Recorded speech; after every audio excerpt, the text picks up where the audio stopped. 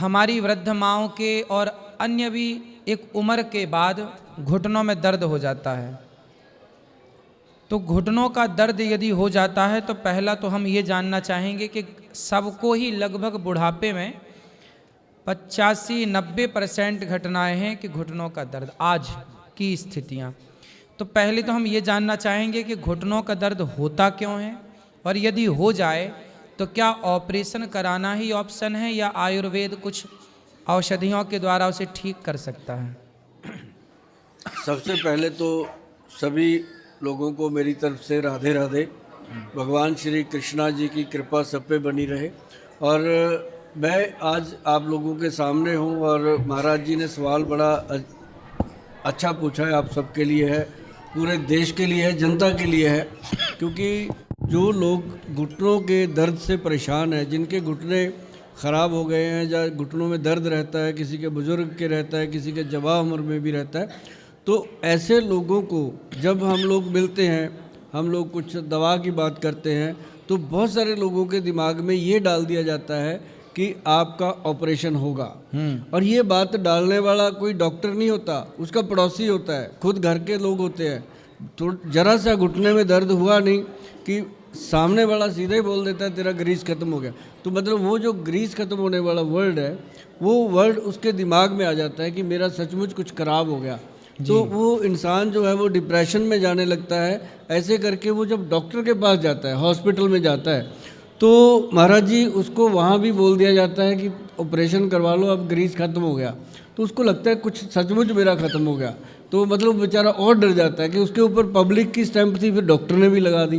तो घर पे आके जब वो मशवरा करता है, बड़ी सुनने वाली बात है, आम लोगों की ये बात है, घर घर की रोज़ की बात है जो हो रहा है, कि वो घर पे आकर के जब अपने बच्चों से बात करता है तो उसको एक मुसीबत खड़ी हो जाती है कि मेरे बच्चे की इतनी कमाई भी नहीं है, बेचारा कहाँ से ऑपरेशन का खर्चा करेगा। उसको टेंशन उसकी भी आ जाती है, फिर बच्चों को आ जाती है। बच्चे कहते हैं कोई बात नहीं पापा, करवा लो, आपने सारी उम्र किया है। जबकि वहाँ ऑपरेशन की ज़रूरत नहीं होती। ऑपरेशन की ज़रूरत मुश्किल से 10-12% लोग हैं जिनको होती है महाराज जी, कि जो लोग मतलब उठ नहीं सकते। मान लो बेड से उठा के कोई और उनको बाथरूम करवा रहा है या कोई और उनके कपड़े चेंज कर रहा है, घुटना चल ही नहीं रहा, तो उसको तो हम भी कह देते हैं कि भाई 4 दिन जीना है, तू अच्छे से जी ले, ऑपरेशन करवा ले।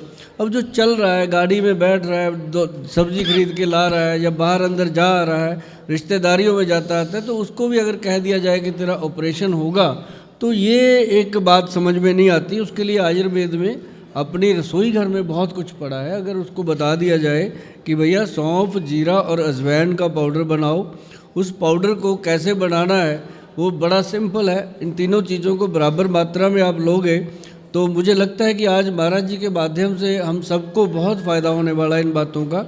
जो मैं चंडीगढ़ में बैठ कर के लोगों को देखता हूँ, पंजाब सारा मेरे पास आता है, हरियाणा आता है, लेकिन आज मेरा मन था कि मैं भगवान श्री कृष्णा जी की नगरी में आकर महाराज जी के समृद्ध बैठ कर के अच्छे से आप लोगों से बात करूं।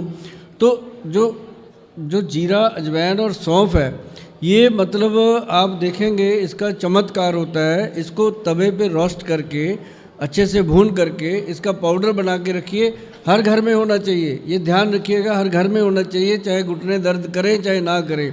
जो खाएगा, जिसके घुटने दर्द नहीं होते उसको कभी होंगे नहीं, जिसके हो रहे हैं उसके कम होने शुरू हो जाएंगे दर्द।